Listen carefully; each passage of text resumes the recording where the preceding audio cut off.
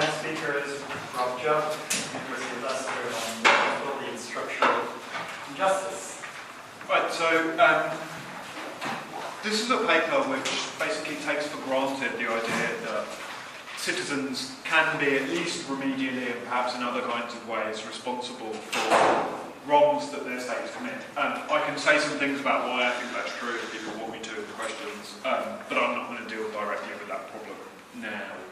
So, whatever kind of view you have about the responsibility of citizens for wrongs their states commit, it doesn't seem like every wrong that a state commits is going to be the kind of thing that you want to hold citizens responsible for.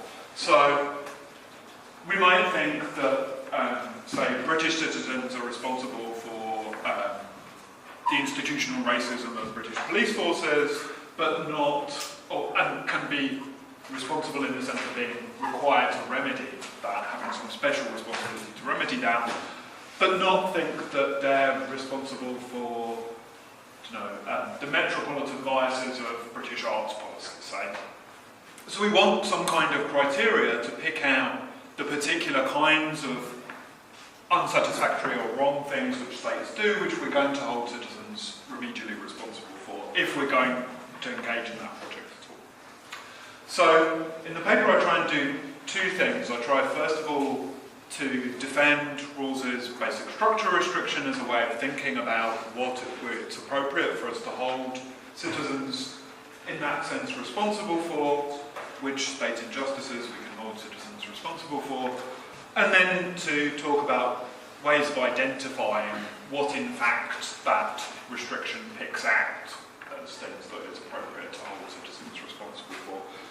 If I have time, I will say something about why I think that this might be an important project.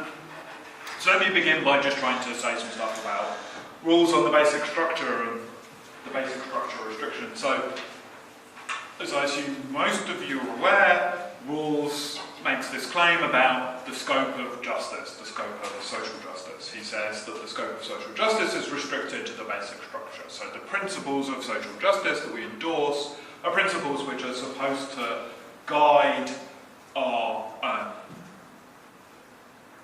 arrangement of a particular set of institutions.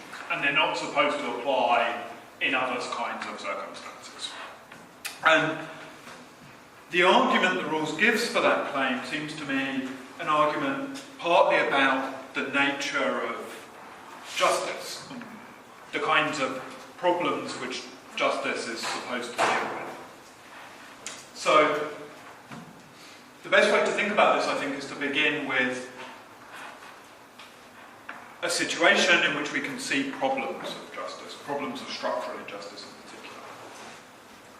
So, Iris Marion Young has a case which she discusses in Responsibility for Justice of a single mother who is left in an unsatisfactory position, an unjust position, as a result of various kinds of problems, none of which seem to be any particular individual's responsibility. So she finds it very difficult to find adequate education for her child in an area where she can afford her house, and find work that allows her to spend enough time with her, and so on and so forth. And so she's left homeless in this case. I think that seems to me a paradigmatic case of structural injustice, but I want to kind of develop the idea by thinking about a slightly different case. So, if we think about a situation in which there isn't an adequate level of kind of standard social insurance policies, so workers are left without a social safety net of one sort or another. Now, it seems to me that's a situation of structural injustice, and by thinking about the ways in which it's a situation of structural injustice, we can come to understand what we mean by structural injustice and why it's a problem. So, the situation there seems to me to be one where it's impossible for the employees or the employers to avoid either being dominated or exploited, or dominating or exploiting each other, and quite possibly they'll end up doing both to each other. So it seems like the employees have a claim to various kinds of protections against the sorts of vulnerabilities which we're familiar with labour market actors facing. So risks to do with unemployment, sickness, ill health, various kinds of family responsibilities, exposure to general structural changes in the economy and so on and so forth. So they need some social insurance. If they don't have that social insurance, they're vulnerable to exploitation and domination by their employer. On the other hand, I also think that the employer, in a situation in which there's no general scheme of social insurance, themselves may be vulnerable, has a claim against providing that insurance to the employees. Because were they to provide that insurance to the employees, they would put themselves either in a position where they would have to dominate the employees, or where they would be at risk of being exploited by the employees. This is because the way in which they would have to provide the insurance scheme would either have to bind the employees to them in a way which would be dominating for the employees and so deprive them of various kinds of rights of exit from that relation, or it would leave them vulnerable to employees exiting and retaining various kinds of rights against the employer, which we would think, once they were no longer in a cooperative relation, might seem exploitative. So it seems like in this kind of situation, both of the sets of actors in the situation are in a position where it's very difficult for them to behave justly towards the other actors in the situation.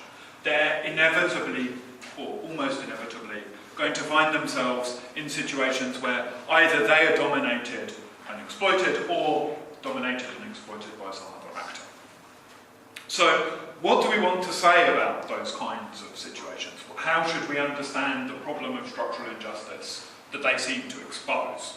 So it seems to me that the way we want to understand those situations is in terms of a failure to generate, to provide a background against which interactions between agents can reliably be free and fair. So the problem that Sandy Young's single mother faces is that she's constantly being affected by forces which are beyond her control and beyond the individuals whom she interacts with control, which puts her in a position where she's systematically very, very vulnerable to all kinds of other interference. So that's a situation in which she can't interact freely and fairly with others because of the vulnerabilities which her position exposes her to. Similarly, in the employee-employer case, I think again, the situation in which the employers and employees find themselves is a situation in which it's very difficult for them to avoid interacting with each other in ways which are either exploitative or dominating. So either not fair or, in some way, an infringement on people's liberties. So we have this picture of structural injustice, which makes structural injustice a matter of a failure to provide a background against which interactions can be free and fair. And so why would that kind of picture of structural injustice give you something like Rawls's basic structure restriction, which says, look, principles of justice are principles for institutions and not for individuals. They're supposed to guide our arrangements of structures rather than apply to particular people. So if you have that picture of structural injustice, and I can say some things about why I think that's an appropriate picture, if I haven't already convinced you, then it seems that you're going to be very concerned about requiring individuals directly to maintain that background against which interactions can be free and fair. Because the point of having such a background is that it frees individuals from needing to ensure that their interactions are free and fair. The problem in the situation of the employer and the employees is precisely that they're not capable of bringing about a situation in which the interactions can be free and fair because of the constraints which the situation imposes on them. If we were to require them to meet to create a situation in which, to ensure that their interactions with others were free and fair, that would strip them of their entitlements to free and fair interactions with others. So the employer, it seems to me, has a case against being forced themselves directly to provide social insurance for the workers because of the ways in which that would either cause them to dominate the workers or leave them vulnerable to systematic exploitation by those workers. And so, if we think about attacks which have been made on rules as account of the basic structure restriction, we think about Jerry Cohen's egalitarian ethos. So, Jerry Cohen has argued against rules as basic structural restriction by saying that it basically entitles people to be greedy in ways which are going to set back the cause of equality, of distributive equality, and insofar as it does that, it's unacceptable. I mean, it's more sophisticated than that, and I can say some things about the ways in which it's more sophisticated than that if people would like. But I think if you think about the problem of structural injustice in the kind of way which I've just suggested we should, that kind of response, that kind of attack on the basic structure restriction is going to seem problematic. And it's going to seem problematic because it's going to require people to behave in ways which are going to deprive them of entitlements that they have to a background of free and fair interaction. So, for example, if we think about what Cohen's egalitarian ethos might say about the particularly disadvantaged. So Cohen's egalitarian ethos says something like, rather than take advantages in order to promote equality, you should just straightforwardly promote equality. So what does that say if you're particularly disadvantaged? What it says if you're particularly disadvantaged is that you should improve your material position relative to others rather than doing anything else. It imposes on you, as a particularly disadvantaged person, a duty to improve your position. But that's just not fair on the particularly disadvantaged. It strips them of entitlements that they ought to have to make decisions about how they trade off between, for example, material advantages and other kinds of goods which they may value. So let's say that the particularly disadvantaged could work on their religious holiday, and that would make them better off. They would be wealthier if they worked on their religious holiday. Cohen's ethos seems to require them to work on their religious holiday. Or at least say that the world would be more just if they worked on their religious holiday. If they accepted some kind of responsibility to work on their religious holiday. But that just seems to me wrong, right? It should be a matter for the particularly disadvantaged to decide whether they want to work on their religious holiday.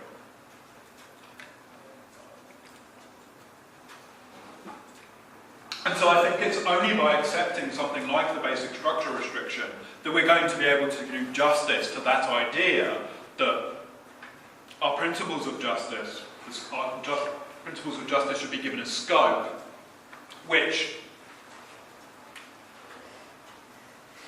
is meant to maintain. So it's only by giving, it's only by accepting something like the basic structure restriction that we're going to be able to give sufficient weight to the importance of maintaining a background of free and fair interaction. If we don't, if we make individuals individually responsible for upholding particular kinds of distributions or principles of justice, then they're likely to find themselves in positions of injustice as a result of their attempts to uphold justice. So, if we accept rules as account of the scope of principles of justice, that they're supposed to be restricted to the basic structure, then it seems like if we're going to hold citizens responsible for state injustices, we're going to have to only hold them responsible for structural injustices, because they don't have duties to each other, at least, to provide other kinds of social justice. They may have other kinds of interactional duties to each other, but insofar as we're holding them responsible for things their state does, for injustices that their state commits, it seems like those injustices that they're going to be held responsible for have to be structural injustices. And structural injustice is understood in terms of the basic structural restriction. So, what does that actually imply? So, if we're thinking about which injustices citizens are going to be responsible for, how are we going to identify these structural injustices? So, what is the basic structure would be one way of putting this question. So Rawls describes the basic structure as the way major social institutions fit together in one system and how they assign fundamental rights and duties and shape the division of advantages arising from social cooperation. So what he seems to be saying there is that there's a kind of a system which includes a number of different institutions which together generate a particular kind of set of effects, particularly a set of effects to do with fundamental rights and duties and the shape of the division of advantages from social cooperation. Now, the first thing to observe about that is that it's obviously going to be different in different places. So, the set of institutions which make up the basic structure are not going to be the same in, for example, a secular and a theocratic society. They're going to be different because of the nature of, because of the ways in which the societies organise themselves. So we can't kind of give a predetermined list of the things that we need to look at if we're thinking about what counts, what kinds of institutions we need to worry about when we're worrying about structural injustice. We need to look at the societies in question and to determine the particular kinds of institutional mechanisms which are generating particular kinds of effects. It's also important to see that it's not going to include all structuring institutions. So it's not going to include all institutions which have structural effects on the ways in which members of a society interact with each other. Because not all such institutions are going to affect the distribution of fundamental rights and duties and the shape of advantages. So, for example, a society might have a structuring institution which determines, for example, which days of the week family celebrations tend to occur on. Right, so that may genuinely structure the ways in which citizens interact with each other, but it doesn't seem like it's structuring the right kinds of things to count as part of the basic structure in the relevant sense.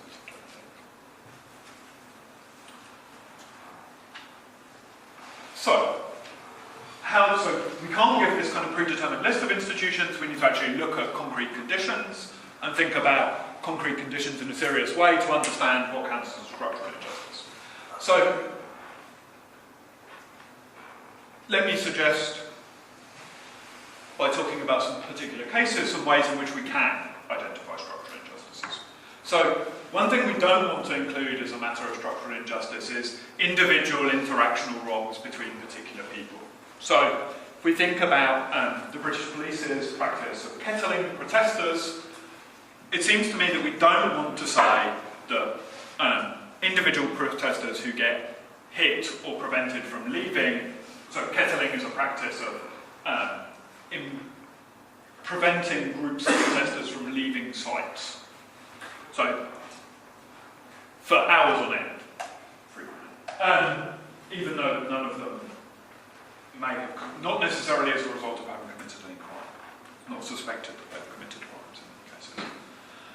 So, it would be a mistake, I think, to think that the structural injustice in that case is, structural injustices in those cases are cases of individual wrongs against individual protesters. So when individual protesters are prevented from leaving, don't think that's a structural injustice. The structural injustice is that protesters as a class, as a group, are systematically vulnerable to particular kinds of wrongs, particular kinds of harm, so being imprisoned.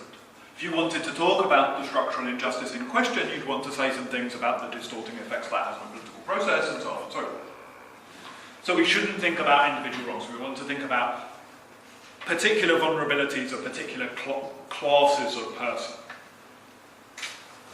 So a lack, what we might call a lack that plausibly violates an idea of background justice. But In the case of kettling, I think it's relatively straightforward to see what the issue is, but there may be lots of cases which are slightly more complicated. And they can be slightly more complicated in two different ways.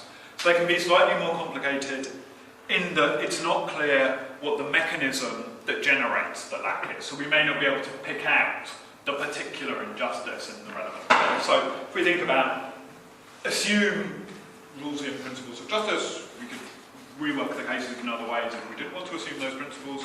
So if you think the difference principle is appropriate, then it's clear that the UK is not meeting the difference principle. If we look at income distribution over time, it looks like the benefits of economic growth are going disproportionately to groups at the top rather than the bottom. That's clearly the reverse of what ought to be happening. So some injustice is going on. But it's not clear, without relatively sophisticated empirical work, exactly what's generating that failure to meet that principle. So in the case of kettling, we can say, look, well, so the thing that's doing the bad thing is the Metropolitan Police's policy on policing demonstrations. In the case of the difference principle, it's not clear directly which sets of institutions are actually causing that, and so how to identify the structural injustice. And the reason it's important to do that is because in some cases, one of the reasons it's important to do that is because in some cases the mechanism which is generating the apparent lack may be a mechanism required by justice itself. So in another case, it seems like some OECD countries have, so one can rank OECD countries on intergenerational income inequality, the extent to which your parents' incomes determine your income. So there are some countries where it's much lower than others. But in some countries it may be the case, there may be a case to be made, that intergenerational income inequality is an unavoidable effect of basic associational liberties to do with the formation of families. And so we need to show that in fact, in those countries, particularly in the countries which have lower intergenerational income inequality, that in fact family formation isn't the cause, that justifiable family formation isn't in fact the cause of the income inequality which continues to persist. So that gives us three criteria. First of all, we have to identify a lack, then we have to identify the mechanism that generates the lack, and then we have to show that the mechanism that generates the lack isn't in fact a mechanism which we have to allow given other principles of justice. So that helps us identify structural injustices. So I think I'm running out of time, so I should probably stop there.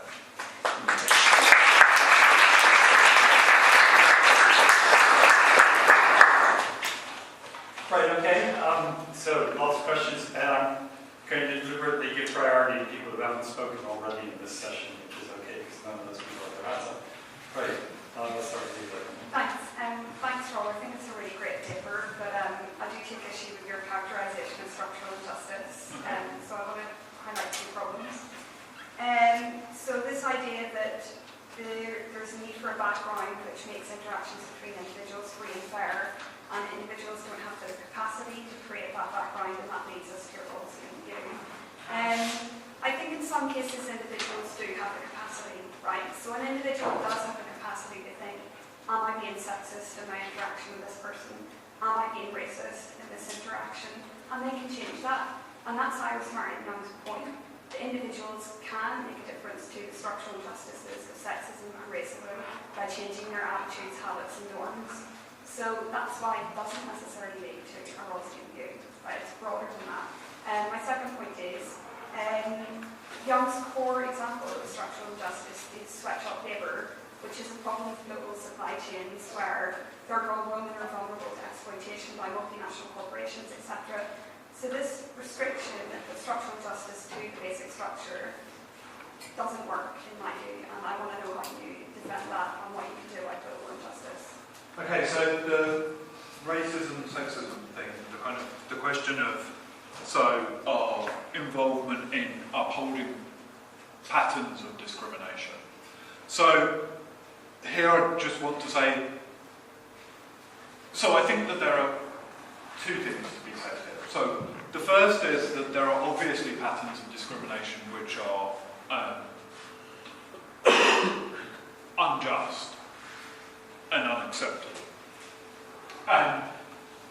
patterns of discrimination, the patterns of discrimination which we see around us all the time, are patterns which we can individually make, so we can stop doing it ourselves, and condemn people who do it, and so on and so forth.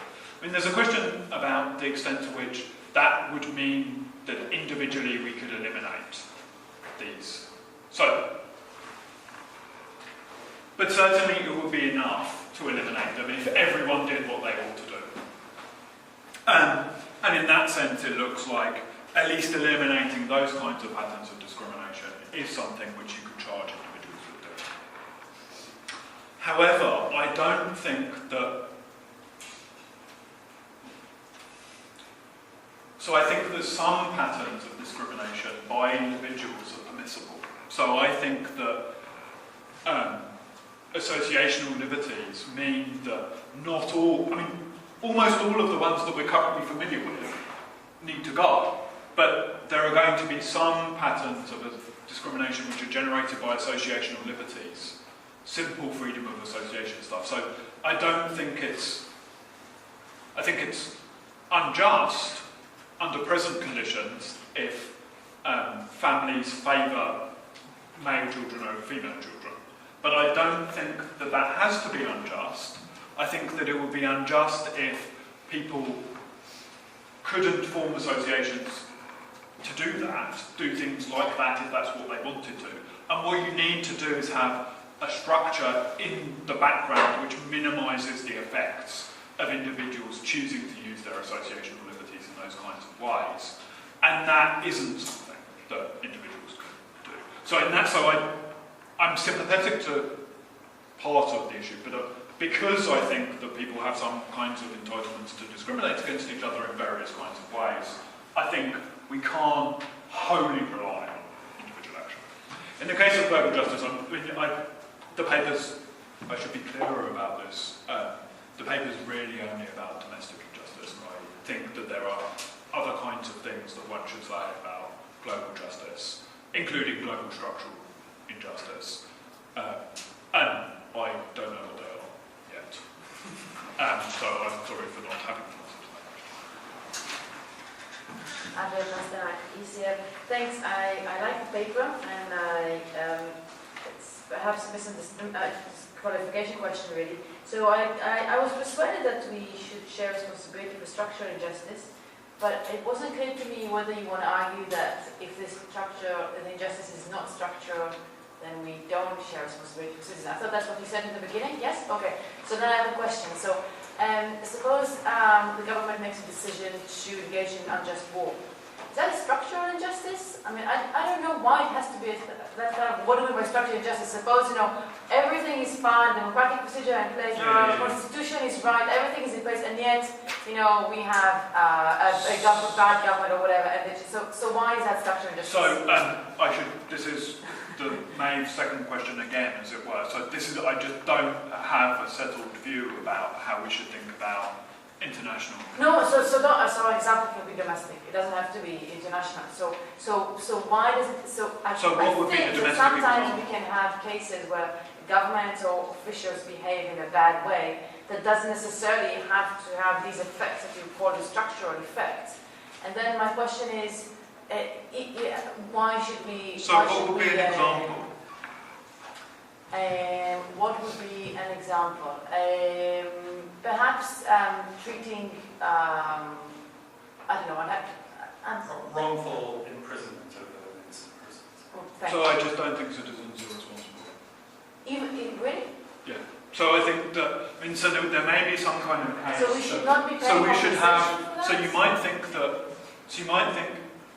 So I guess a wrongful imprisonment case, what I'd want to say is something like, it's inevitable if you have a penal system that people are sometimes going to be wrongfully imprisoned. That's a feature of mistakes are going to be made. You're not always going to get it absolutely right. So what you need to do as part of your structure, of just social structure, is have some kind of system of compensation. But that's not an injustice in the sense that it's a feature of a just social system that you would compensate people for those things. rather than thinking that this is a wrong that the state has committed that citizens are responsible for. It would be like, I guess you'd want to talk about it in terms of some kind of like, like a tortious liability, not tortious liability, where a no-fault liability. So like, this person has had some unfortunate thing happen to them, they were imprisoned when they ought not to have been, and we should compensate them for that unfortunate thing, much as we should compensate them for if like a giant rock falls on their house and they no longer have a house. But no kind of, I mean, this may be an implausible position. Yeah, I would We should think about it. Any comments? Okay, so this follows on really closely from that. So, even if, I suppose I grant you that the only obligations of justice that citizens have towards one another relate to upholding a just basic structure or bringing about a just basic structure. Suppose we grant that. I still don't see how it's true that I'm morally responsible, meaning blameworthy, for all kinds of injustice that arise in the basic structure. So you started off with this example of metropolitan bias in arts policy as compared to racism in the police force. And you want the upshot to be right, that I'm responsible for the latter but not the former.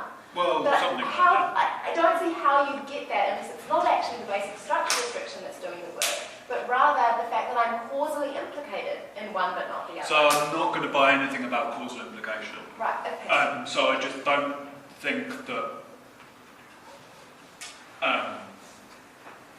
so in general, I'm very sceptical about claims about responsibility on the basis of causation in some sense that's independent of some account of agency, a normatively laden account of agency. Right, so I'm just not going to buy claims about causation in the first place.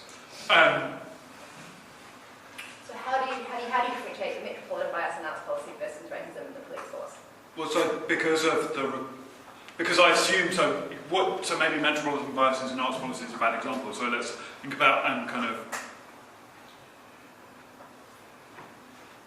trying to think about kind of non-structural case of state injustice. So like, let's say we find that a particular state official has been, or a particular group of state officials have been embezzling funds from, so they've been maladministering some fund to provide social housing for some group in some particular area. I just don't think it's not an issue of structural injustice, right? It's small scale, and I'm just not. Yeah, no, I'm trying to think of injustices that are in the basic structure. It seems to me that there are injustices that are in the basic structure, which the one you just described isn't, but that citizens are not responsible for. Like metropolitan bias in arts policy seems like a good example. So I might think that's just not structural in the right kind of sense. Okay. Yeah. All right. So is somebody over there? Me? Yeah, I think you put your hand in. Definitely, Yeah. but I was where you were going. That's okay. It's all good. I'm Beth Hanna, I'm from the University of Durham. I would say, well, there's two things, and I think they sort of fit together. And I'm confused slightly about the way you're using basic structure restriction, because I think the way I understand it isn't the way you understand it. Because in all your examples, it seems to me, with the Cohen example, your problem isn't that norms are being included, right? That he wants to put norms in. Your problem is that he's not respecting the fact that we should have freedom to make our own choices. In the gender in the family cases, it looks like what really matters is the content of justice, right? You think that people should be free to associate, and that trumps some considerations of distributive equality. So this all seems to be about the content of what justice requires, rather than about what the subject of an account of justice is, which is what I thought basic structure was an answer to.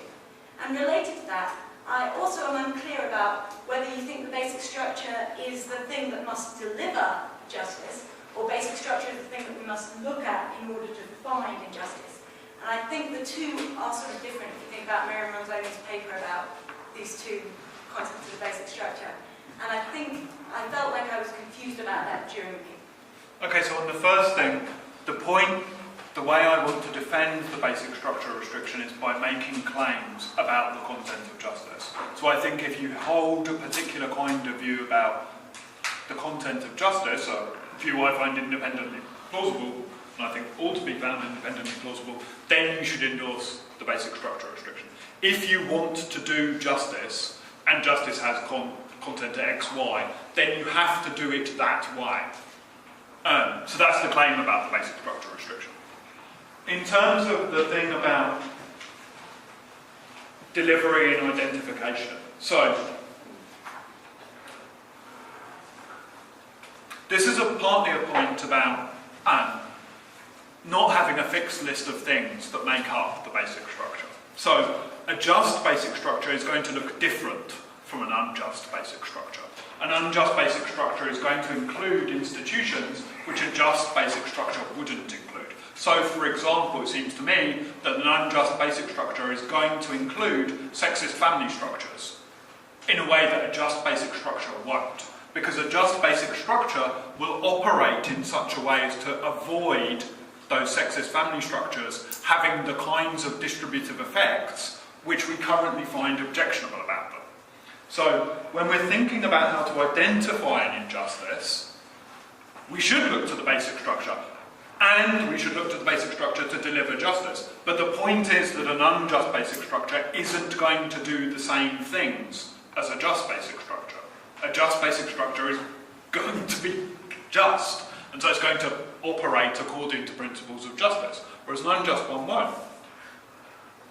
But the unjust family, right? Well, the family that is unequal in its distribution of goods, right, is still going to be there in both systems. It's no longer being called the cause of anything, but it's still affecting outcomes. It's just that they're being compensated for over here somewhere, right? So I'm not really sure about your criteria for what counts as being in the basic structure, because you said it's about causing problems of these kinds.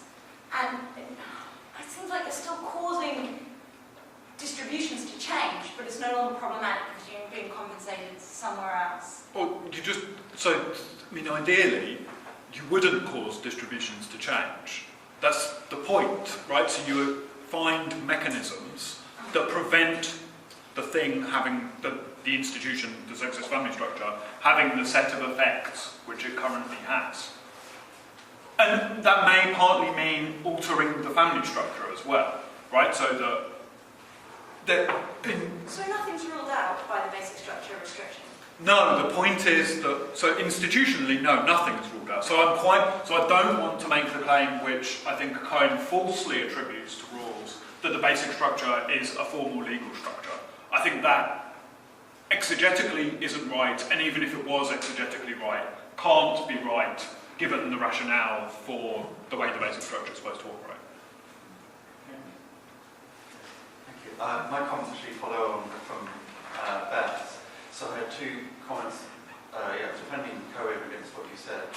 So one is, on Cohen's view, people are entitled to equal access to advantage or opportunity to enjoy it.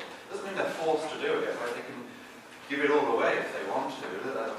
So it's just not a claim that you must kind of keep striving to boost your amount. Others are required to do that through the legal structure, the coercive structure, and through the informal norms, like they can't deprive you of it. There's no requirement that you do it. Then the second thing is, it's just like, I think Beth says, that what's peculiar about the view you're criticising there is about the content. It's about the view that, forget individual liberty, other projects, just focus on money and maximise that.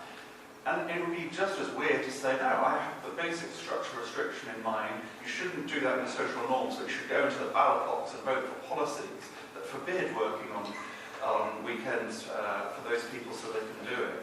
And now what that shows is that, to reiterate what they're saying, it's the content that's weird there.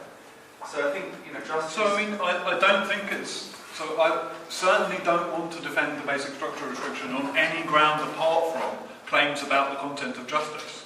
So I'm making a claim about what justice is and the sets of requirements that it generates. And those requirements can't be respected. I don't think those requirements can be respected by requiring individuals to directly meet them. But it'd be just as weird to say in the coercive realm, when we go to the ballot box, But I'm not talking about formal coercive institutions. I've just made that point to Beth. I know, but it's still a component of the basic structure. And so the weird thing then is you say to people, this is what we should be aiming for, this is what we should design the basic structure to do, which is to focus purely on material advantage and that would be a crazy view for using the basic structure for doing that. Yeah. So, I mean, independently, so I'm not sure what I'm supposed to say about. So, the kind of the claim about the egalitarian ethos is a claim about how the egalitarian ethos would work if you adopted Cohen's view about justice.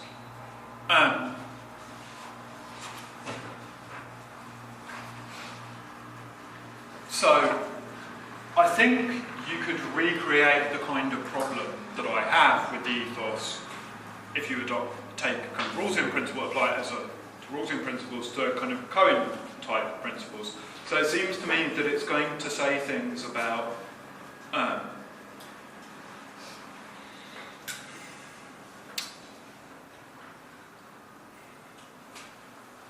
insofar as your choices are going to affect the sets of opportunities which others have, and so it's going to be a matter of brute luck for them whether you do particular kinds of things. So, for example, it's a matter of brute luck for you whether I work on Saturdays and so produce more, whatever it is that I'm producing.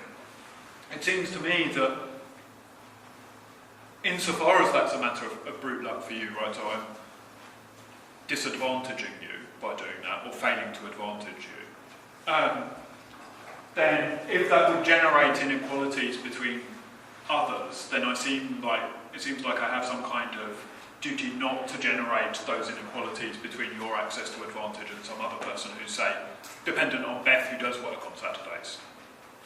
And then again, that seems problematic to me.